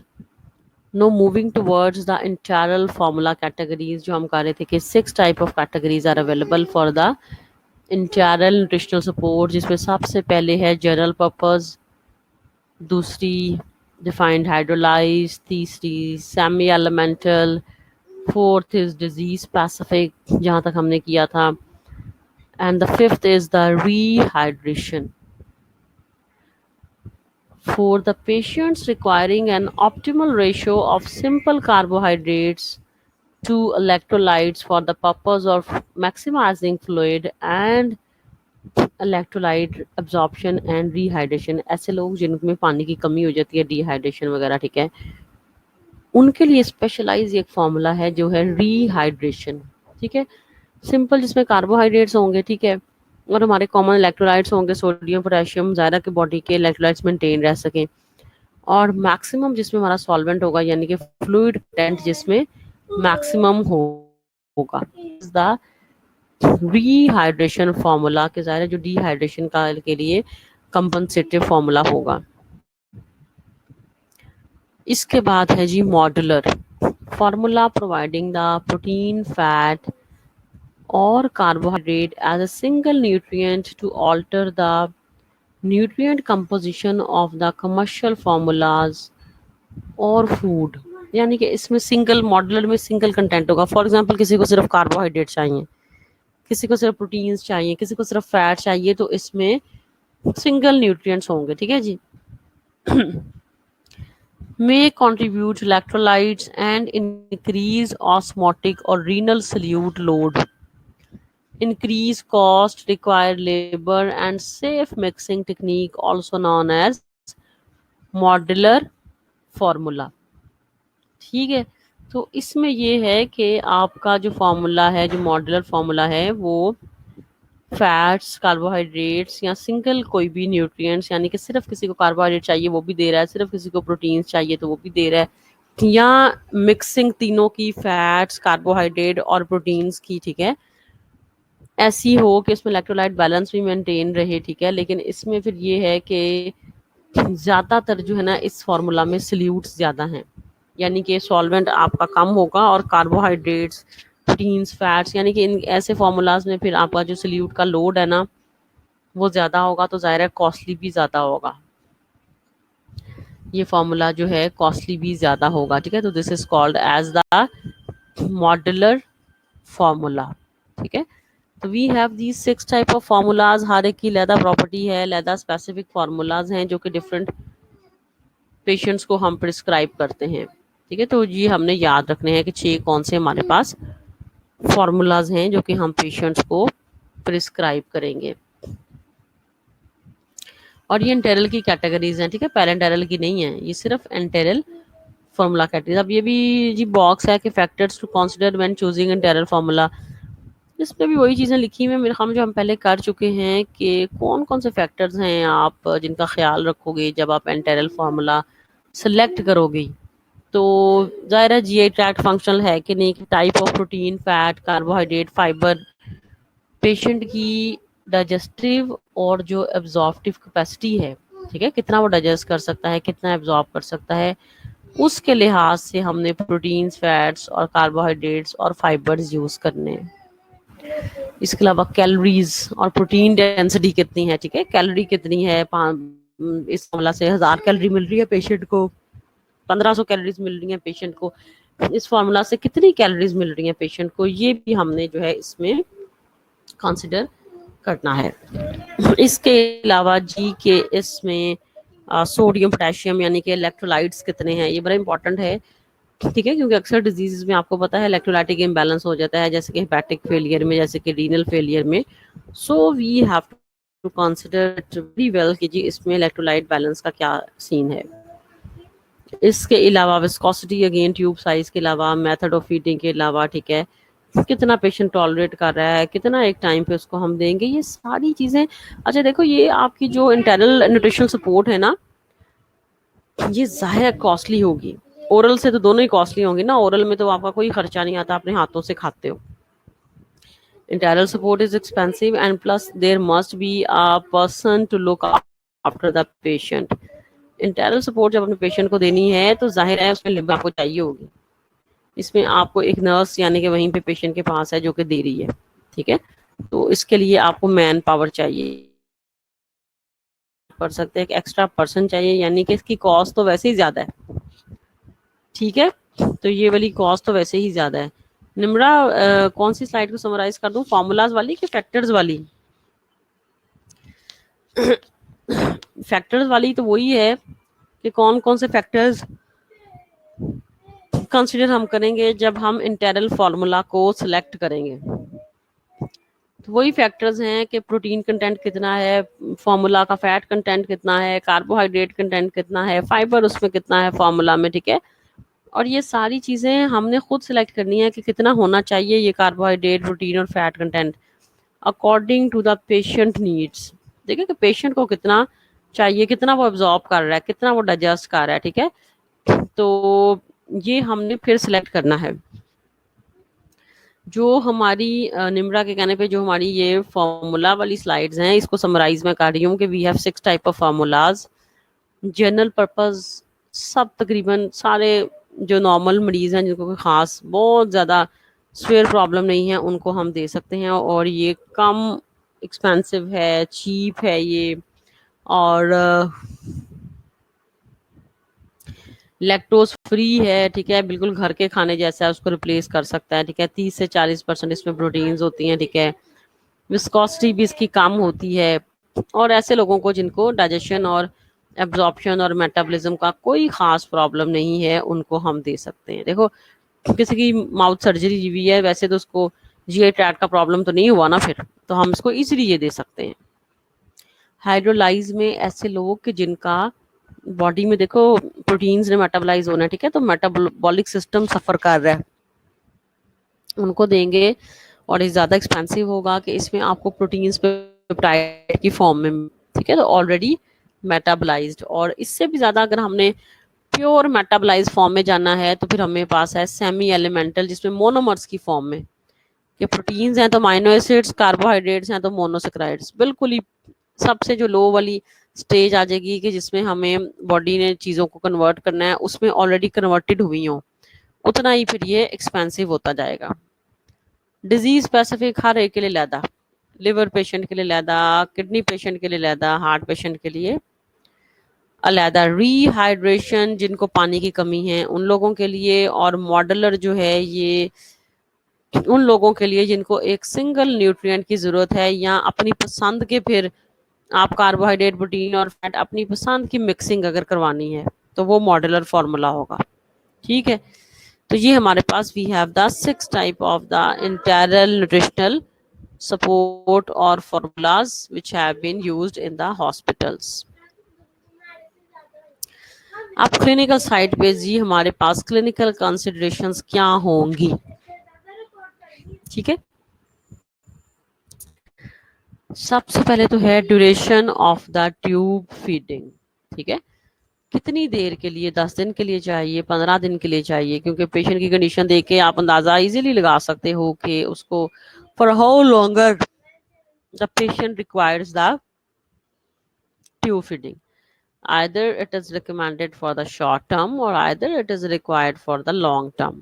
ठीक है, तो जो ड्यूरेशन है ट्यूब फिटिंग की वो है होगी naso gastric, naso enteric tube for short term, और gastrostomy and jejunostomy tubes for the long term. अलीसा पापा से को पानी ले आए, पानी। ठीक है, तो ड्यूरेशन हमने ट्यूब फिटिंग की देखनी है। नेजो गैस्ट्रिक और naso enteric tube short term के लिए, और गैस्ट्रोस्टोमी और jejunostomy tube for the long term. ठीक है जी, तो जो नाक के जरिए है वो कम उसकी मुद्दत होती है, और जो आपकी जो है जी स्टमक के थ्रू होती है, ठीक है, वो उस लॉन्ग टर्म होती है, मतलब कि अप टू 6 मंथ्स तक की पेशेंट को हम जो है गैस्ट्रोस्टोमी और जेजिनोस्टोमी के थ्रू दे सकते हैं। ये हमने देखना है सबसे पहले कि पेशेंट को कंडीशन के लिहाज से, ये पेशेंट स्पेयर कोई बर्न्स का पेशेंट आ जाता है, पूरी बॉडी जल गई है, आधी बॉडी जल गई है, इस तरह के पेशेंट्स हैं, तो नज़र आ रहा है कि इसको 3 महीने लग जाने हैं, इसको 6 महीने, तो फिर उसके लिहाज से हम सिलेक्ट करेंगे कि इसको हमने कौन सी देनी है, प्लेसमेंट क्या होनी चाहिए ट्यूब की, गैस्ट्रिक होनी चाहिए या स्मॉल बाउल। ठीक है, तो ये हम देखेंगे कि placement of the tube gastric है, स्मॉल बाउल है। ठीक है, तो इसके लिहाज से हम एक तो ड्यूरेशन देखेंगे, ठीक है, कि हमें शॉर्ट टर्म ट्यूब चाहिए कि लॉन्ग टर्म चाहिए, और दूसरा हम उसकी प्लेसमेंट देंगे कि ये नेजो गैस्ट्रिक होगी या स्मॉल बाउल में फिर हम इसको लगा दें। तो साइड जो सिलेक्शन है, जाहिर है इसमें डॉक्टर्स देयर स्पेशलाइज जो कि हेल्प आउट करेंगे आपको। इसके अलावा जी है प्लेसमेंट साइट, उसमें सबसे पहले assess medical status is very important. ठीक है, पेशेंट का रिकमेंडेड है कि नहीं है। दूसरी चीज है लोकेशन, लोकेशन जो हमने सेलेक्ट करनी है ना, वो करनी है स्पेशलाइज। बात कर रही हूँ कि 12 के स्पेशलाइज लोगों का काम है इंटेरल सपोर्ट देना और पेरेंटेरल सपोर्ट देना। लोकेशन यानी कि रेडियोग्राफिक कंफर्मेशन से हमें ये पता चलेगा, ठीक है, दे आर स्पेशलाइज, जैसे अल्ट्रासाउंड होता है, जैसे प्रोब आप मूव करते हो पता चलता है कि लोकेशन क्या होनी चाहिए बॉडी के अंदर, कहाँ तक ट्यूब जाए, तो रेडियोग्राफिक कैमरा साथ में लगे होते हैं। आप एक बॉडी के अंदर object type of camera type insert करते हो, फिर आपकी उसकी लोकेशन को आइडेंटिफाई करते हैं। ठीक है, स्पेशलाइज ग्रुप ऑफ पीपल जिनका ये काम है। एक्सेस क्या है, लोकेशन क्या है, ड्यूरेशन क्या है, ट्यूब की मेजरमेंट्स, ट्यूब का साइज कितना होना चाहिए, और ड्यूरेबिलिटी, ट्यूब कितनी ड्यूरेबल है, कितनी पायदार है। ये नहीं है कि 4 दिन बाद ही खराब होगी, पेशेंट को आप डेली तकलीफ दो, उतारोगे उसको ट्यूब को, ऐसा नहीं है। ठीक है, क्योंकि definitely this is a painful condition कि बार बार पेशेंट को लगाना ट्यूब और उतारना, तो हमने देख लेना है कि ड्यूरेबिलिटी कितनी है उसकी। फिर एडिक्वेसी ऑफ जीआई फंक्शनिंग, ठीक है, कि जीआई ट्रैक्ट कितना फंक्शनल है, वी विल चेक, ठीक है, कितना फंक्शनल है जीआई ट्रैक्ट। तो ये सारी क्लिनिकल साइड पे हॉस्पिटल में कंसिडरेशंस हैं कि एक्सेस मेडिकल स्टेटस क्या है, लोकेशन, ड्यूरेशन, ट्यूब मेजरमेंट्स, ठीक है, एडिक्वेसी और जीआई फंक्शनिंग, ये सारी चीजें हैं जो कि हमने नोट करनी है before giving the enteral nutritional support, ठीक है, इंटेरल सपोर्ट देने से पहले these are the things which can be considered.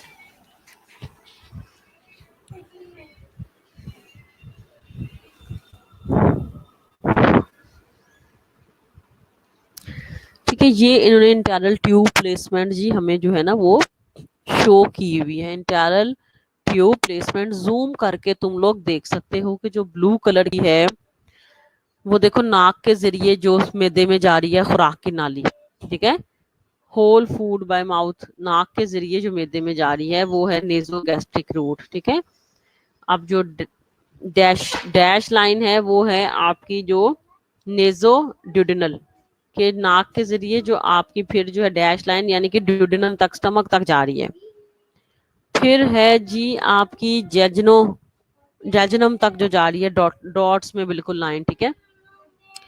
तो तीनों तरह की जो है ना जी ट्यूब प्लेसमेंट्स को उन्होंने शो किया हुआ है, तुम लोग जूम करके इस डायग्राम को इजीली देख सकते हो, जो कि हमें इंटेरल न्यूट्रिशनल सपोर्ट का बहुत अच्छा जो है ना व्यू दे रही है। इंटेरल न्यूट्रिशनल सपोर्ट के गैस्ट्रोस्टोमी, जिजनोस्टोमी और आपकी नेजोगैस्ट्रिक, ठीक है, कि तीनों रूट्स जो है ना इसमें उन्होंने शो किए हुए हैं। इसके बाद है जी कि अब इसका फायदा क्या है। ये जो हम इंटेरल सपोर्ट से पेशेंट को खाना दे रहे हैं, हम कह रहे हैं कि जी ये खाना जो है वो आपका ओरल जो फीड है उसको, उसका अल्टरनेटिव है, उसको कंपनसेट कर देगा। तो जी इसमें व्हाट आर द बेनिफिट्स, अक्सर क्वेश्चन आ जाता है इस चैप्टर में से। एक तो फॉर्मूलाज वाला मैंने तुम लोगों से कहा है, और दूसरा ये कि एडवांटेज क्या है, इसका फायदा क्या है। तो सबसे पहले कि इनटेक जो है that is easily accurately monitor, यानी कि मॉनिटर इजीली कर सकते हो, ठीक है, it can be easily monitored. Intake जो है वो इजीली मॉनिटर्ड, इसमें definitely there must be a person जो कि इसको मॉनिटर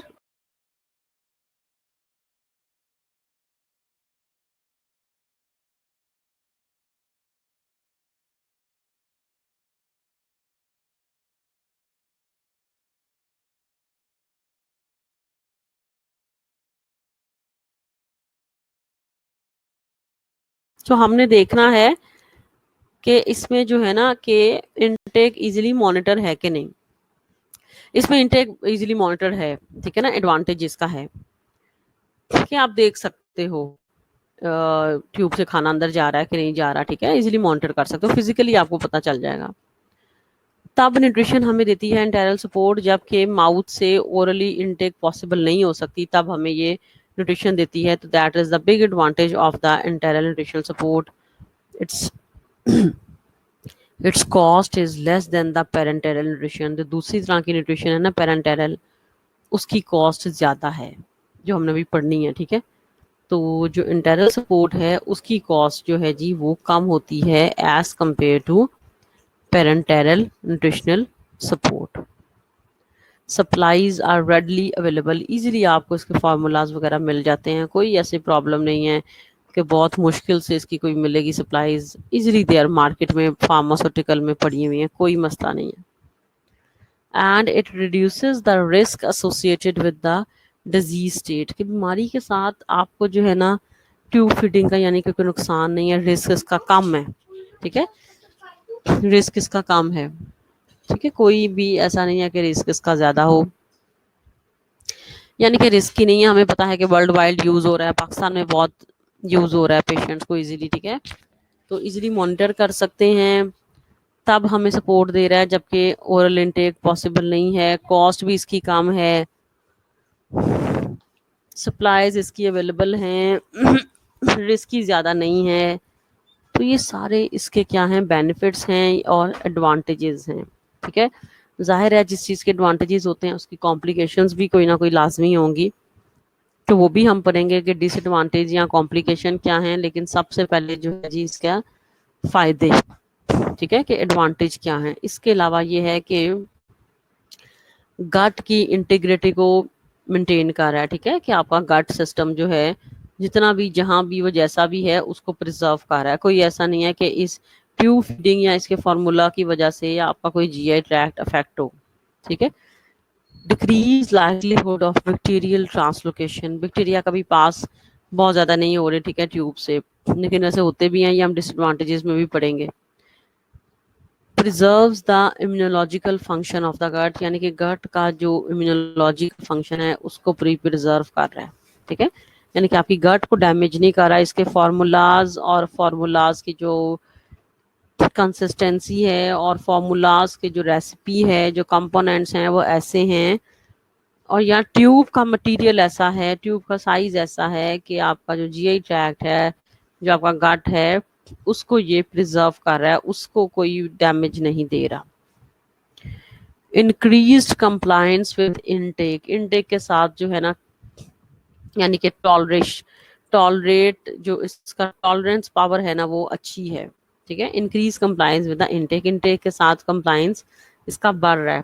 ऐसा नहीं है कि अगर आप ट्यूब से इनटेक खाना दे रहे हो तो कोई एक दिन बाद ही इंटेरल सपोर्ट में जो है जी आपको ट्यूब चेंज करना पड़ जाएगी। ठीक है, तो compliance with the intake is good, यानी कि पेशेंट को टॉलरेट करने में कोई खास प्रॉब्लम नहीं आती। तो ये दीज आर द एडवांटेजेस। कभी 2-3 नंबर का क्वेश्चन आए तो कम से कम 5-6 हमें लाजमी लिखने चाहिए। ठीक है, तो बल्कि सारे याद कर लो तो अच्छा है। तो these are the advantages of the enteral nutritional support.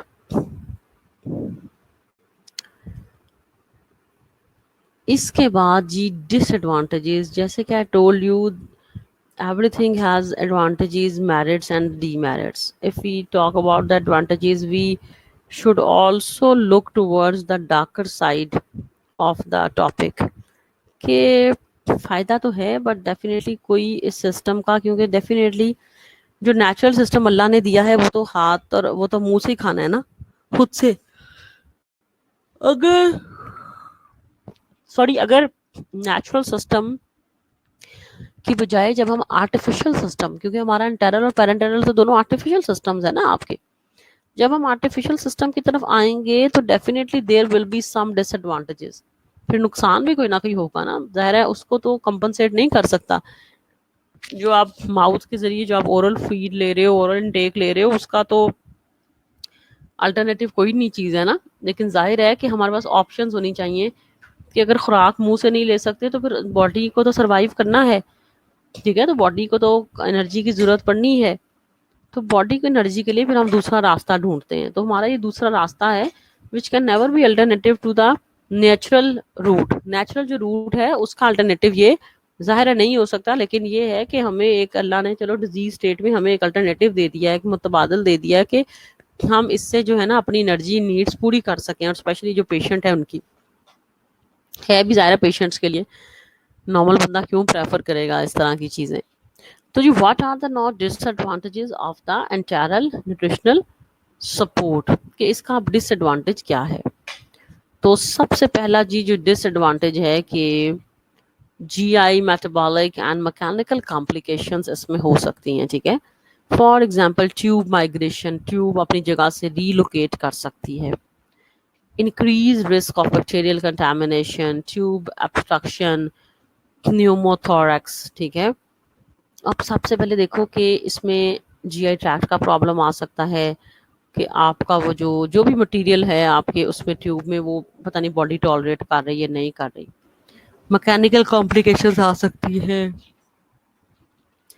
जैसे कि ट्यूब अपनी जगह से जो है ना माइग्रेट कर गई है, फिर जाहिर है आप एक आर्टिफिशियल एक फॉरेन आइटम को, ऑब्जेक्ट को अपनी बॉडी में डाल रहे हो, तो फॉरेन ऑब्जेक्ट बॉडी में पास आउट जब करते हो नाक के जरिए स्टमक में पाइप एक जा रही है, तो इसका मतलब तो ये है कि कोई बैक्टीरिया भी साथ में जा सकते हैं। Air is full of the bacterial organisms, तो बैक्टीरियल ट्रांसलोकेशन के चांसेस जाहिर है इसमें रिस्क ज़्यादा हो जाता है। ज़रूरी नहीं कि जाएं जाएं, कोशिश तो हम ये कहते हैं कि हमारी ट्यूब भी स्टेराइल हो, स्टेराइल होती है ट्यूब, ठीक है, डिसइंफेक्टेड होती है, ऐसा नहीं होता, स्टेराइल होती है, लेकिन ये है कि उसमें चांसेस हो सकते हैं बैक्टीरियल कंटामिनेशन के, ठीक है। इसके अलावा सबसे इम्पोर्टेंट जो इसमें देखा गया है जी, जो इसमें नुकसान कि ट्यूब जो है ना वो ऑब्स्ट्रक्ट हो सकती है, इसमें आपका फूड का जो भी मटेरियल है फंस सकता है, जम सकता है, ठीक है। तो tube obstruction is one of the complication of the internal nutritional support, ठीक है। और न्यूमोथोरैक्स दैट इज के इसकी जो एक और कॉम्प्लिकेशन है जी न्यूमोथोरैक्स,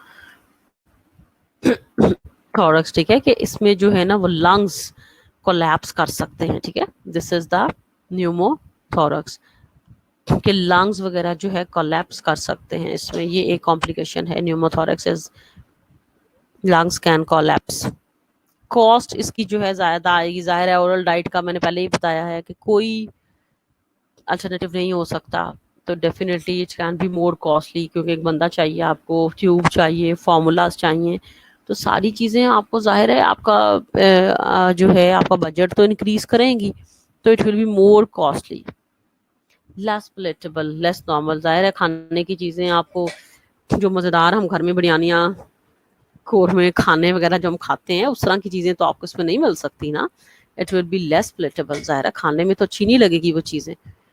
ये तो सिर्फ ये है कि डेफिनेटली एक मजबूरी है जिसमें हम पेशेंट को ये दे रहे हैं, तो इसमें पेलेटेबल वाली चीज़ कोई नहीं होगी, टेस्ट वाली चीज़ कोई नहीं होगी।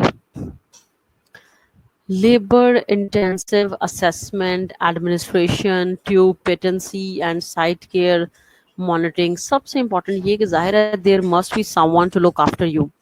The person who is on the enteral diet requires a labor, requires a manpower, ठीक है। जो जो भी पर्सन जो कि इंटेरल सपोर्ट पे होगा उसके साथ में एक बंदा बंदी होगा, नर्सिंग केयर उसके साथ में एक नर्स होगी, नर्स होगा, जो क्या करेगा कि देखेगा कि कोई ट्यूब की वजह से कॉम्प्लिकेशन तो नहीं हो रही, जो असेसमेंट है पहले वो करेगा, फिर ट्यूब की साइज की, ट्यूब की ड्यूरेबिलिटी की, ठीक है, मॉनिटरिंग वगैरह सारी करेगा, पेशेंट इस इंटरनल न्यूट्रिशन सपोर्ट को टॉलरेट भी कर रहा है कि नहीं कर रहा, ये सारी चीज़ें मॉनिटरिंग करेगा।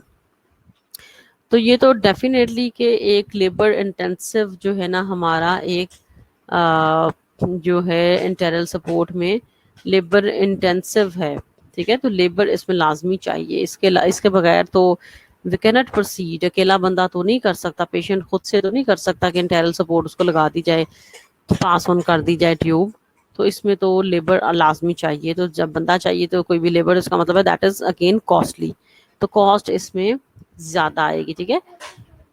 Tube migration, increase risk of bacterial contamination, tube obstruction, pneumothorax, costly है, लेस पेलेटेबल है, लेबर इंटेंसिव है, ये सारे इसके क्या हैं जी, डिसएडवांटेजेस हैं, ठीक है, ये सारे इसके नुकसान हैं। और अब बड़ा इम्पोर्टेंट कि इसमें कॉम्प्लिकेशंस क्या हैं इंटरनल ट्यूब फीडिंग की, ठीक है।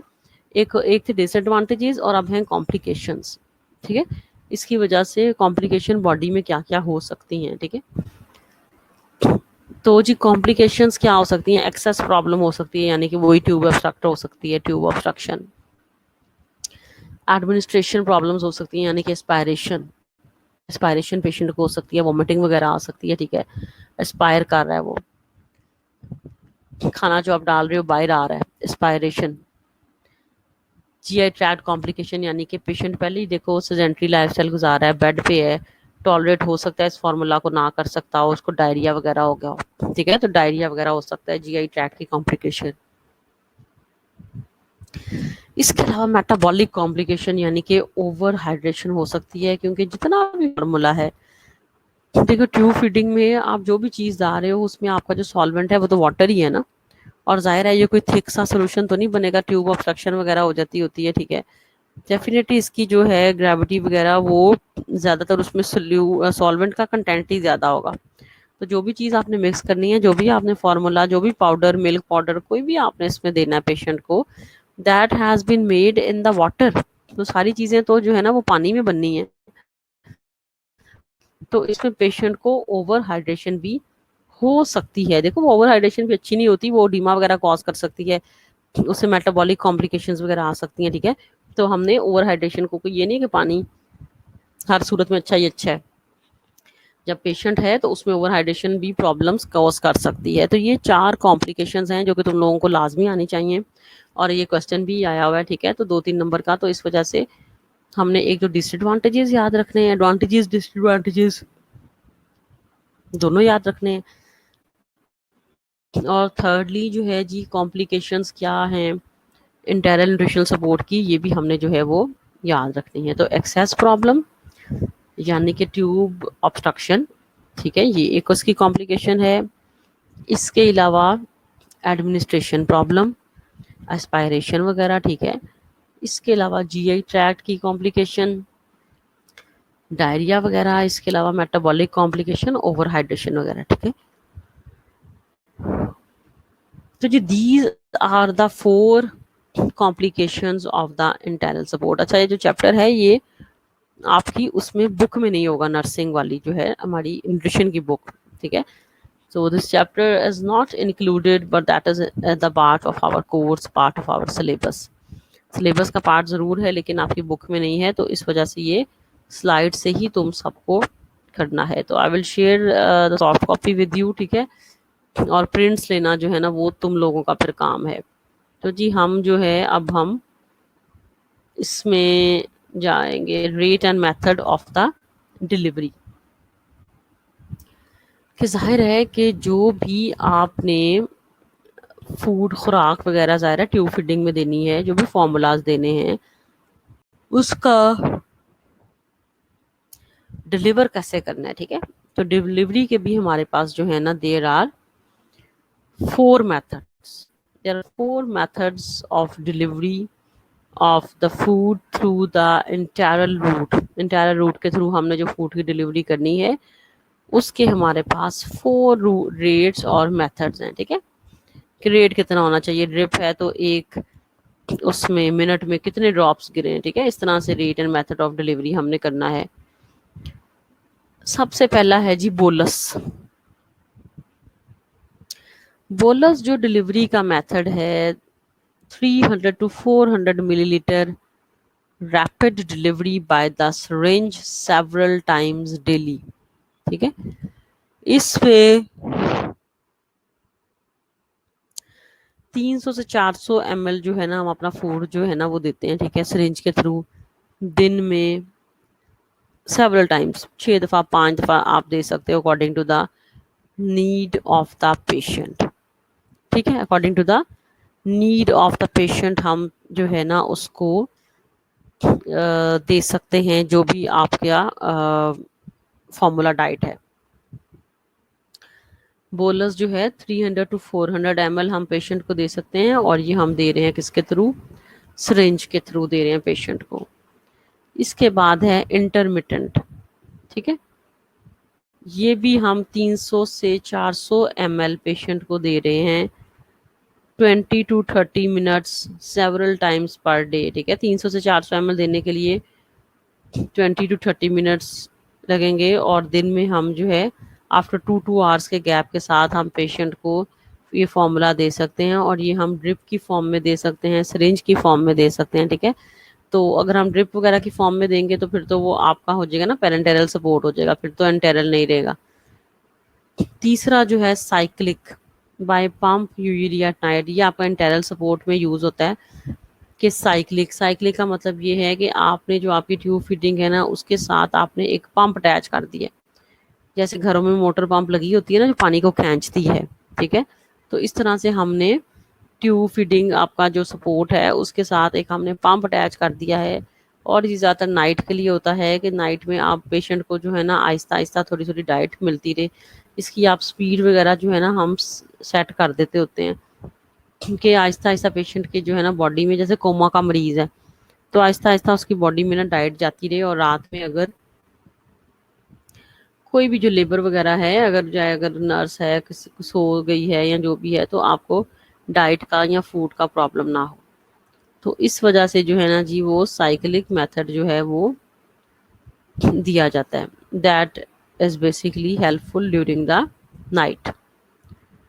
इसके बाद है जी कंटिन्यूस। कंटिन्यूस मेथड ये है कि 24 घंटे ही हमने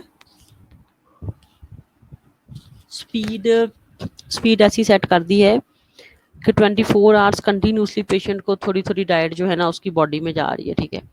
ऐसी हमने स्पीड जो है ना वो सेट कर दी है।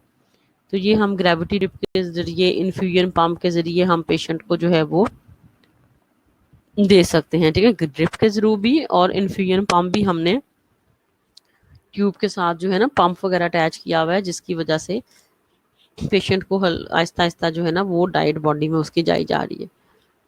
तो ये जी 4 मेथड्स हैं डिलीवरी के जो आपका इंटरनल सपोर्ट है, जो आपका फूड है वो कैसे आप डिलीवर कर सकते हो। तो बोलस का मतलब ये है कि रैपिड डिलीवरी है कि एक ही दफ़ा में 300 से 400 ml दें और ये दिन में हम काफ़ी दफ़ा दे दें। इंटरमिटेंट में हम जो है 300 से 4 ml दे रहे हैं, लेकिन वो आहिस्ता आहिस्ता देंगे, रैपिड नहीं देंगे, यानी कि 20 से 30 मिनट लगें, ठीक है। तो आराम आराम से हम पेशेंट को दें और ये हम ड्रिप के थ्रू या सिरिंज के थ्रू भी डाइट वगैरह जो है ना वो डिलीवर कर सकते हैं। तीसरा साइक्लिक है कि जो भी आपकी ये ट्यूब फीडिंग इंटरनल सपोर्ट है इसके साथ एक पंप अटैच कर दिया जाए, ठीक है। और ये ज़्यादा काम करता है नाइट पे, ठीक है। जो अगर दिन में भी करना है पंप के साथ, ठीक है, इन्फ्यूजन पंप अगर साथ में लगा हो जो कि डाइट आपकी इन्फ्यूज खुद ही करता जाए, ठीक है, कि पंप की ऑटोमेटिकली जो है ना सर्कुलेशन है कि खुद ही प्रेस हो रहा है ऑटोमेटिकली, उसको है ऑटोमेटिक मोड पे है, तो फिर हम कंटिन्यूस वाला जाएंगे कि 24 घंटे में थोड़ा थोड़ा डाइट जो है वो पेशेंट की बॉडी में जाती रहे। अब ये जो rate and method of delivery है सिलेक्ट कौन करेगा, किन बेसिस पे किया जाएगा कि कौन सा आपने चूज करना है। तो definitely there are specialised persons, specialised doctors, specialised nurses जो कि ये चूज करेंगी कि हमने कौन सा तरीका, कौन सा इसमें मेथड ऑफ डिलीवरी जो है ना वो हमने चूज करना है, ठीक है। और ये डिपेंड करेगा किन चीज़ों पे, ये डिपेंड करेगा पेशेंट के मेडिकल स्टेटस पे, फीडिंग रूट पे, वॉल्यूम कितना उसको चाहिए, और न्यूट्रिशनल गोल्स के, न्यूट्रिशनल उसको कोई डेफिशिएंसी तो नहीं न्यूट्रिशन में, उसको कौन सी खास चीज़ रिक्वायर है, ठीक है। तो ये 4-5 चीज़ें हैं जिन पे ये डिपेंड कर रहा है कि मेडिकल स्टेटस क्या है पेशेंट का। इसके अलावा फीडिंग का रूट कौन सा है, ठीक है, इंटेरल है पेरेंटेरल है, कौन सा रूट है, क्योंकि ये दोनों के हैं। जहाँ पे हमने सिरिंज की और ड्रिप की बात की है तो इसका मतलब है वो इंटेरल सपोर्ट तो ना हुई, वो तो होगी पेरेंटेरल सपोर्ट। इसके अलावा न्यूट्रिशनल गोल क्या है मरीज का, ठीक है, कि मेल नरिश्ड है, अंडर न्यूट्रिशन है, ओवर न्यूट्रिशन है, उसका न्यूट्रिशनल स्टेटस क्या है, तो उस पर ये डिपेंड कर रहा है। तो this is the rate and method of delivery. तो जी ये यहाँ तक अब हम करते हैं जी बस आज का टॉपिक हमारा कवर। जितना हमने किया है उसको तुम लोगों ने पढ़ कर आना है, ताकि if you find any difficulty, any problem in this regard, तो we would be able to review it, ठीक है, तो हम इसका रिव्यू कर सकें। तो इसके लिए तुम सब ने जो है ना जितना हमने अब तक किया है स्लाइड्स में शेयर कर दूंगी आज ही, तो इंशाल्लाह ना ये सारा तुम लोगों ने करना है। आगे जो हमारी नेक्स्ट स्लाइड्स है ना उसमें आई विल टेल यू कि शायद 1-2 स्लाइड्स हम बीच में से ना करें, तो जो हम नहीं करेंगे वो अल्टीमेटली फिर तुम लोग डिलीट करते जाना, कैंसिल करते जाना उनको। तो अभी आज के लिए तो जो इंटेरल और पेरेंटेरल सपोर्ट है ना वो इतना ही हमने करना है। तो इसमें अगर किसी को कोई प्रॉब्लम है, कोई क्वेश्चंस हैं, you can simply easily ask, ठीक है ना, विदाउट एनी हेसिटेशन तुम लोग आराम से मेरे से पूछ सकते हो। ये बेसिकली इम्पोर्टेंट टॉपिक है और मेरा ख्याल है कि तुम लोग किसी और लेक्चर्स में भी इसको लाजमी F1 वगैरह में, फंडामेंटल्स ऑफ नर्सिंग वगैरह में तुम लोग इसको स्टडी करते होगे, I hope so, because this is very much related to the clinical field, to the clinical aspect of the nursing, कि पेशेंट को ज़ाहिर है ड्रिप लगाना, ये ट्यूब फीडिंग, ठीक है, ये तो कॉमन सी चीज़ें हैं। और ऐसी ढेर सारी डिजीज़ेज़ हैं जिसमें मरीज़ को खुराक की नाली लगी होती है आम लफ्ज़ों में, ठीक है। तो ये जो है ना बड़ा तुम लोगों से ज़्यादा रिलेटेड है। पहले टॉपिक से न्यूट्रिशन के ज़्यादा न्यूट्रिशन से ही रिलेटेड थे ना, बट ये ज़्यादातर नर्सिंग से रिलेटेड है जी। लुबना बतूल ये चैप्टर बुक में नहीं है, दैट्स वाई मैंने, वरना बुक से ही पढ़ाना था, बुक से ही प्रिंट वो लेना था, स्कैन वगैरह करना था, but that is not the part of the book, तो दैट्स वाई जो है ना हम ये चैप्टर जो है ना इन स्लाइड्स मैंने प्रिपेयर किए हैं तुम लोगों के लिए, तो इनमें से हम करेंगे। तो स्लाइड्स के तुम लोग प्रिंट आउट्स वगैरह ले लोगे और फिर हम जो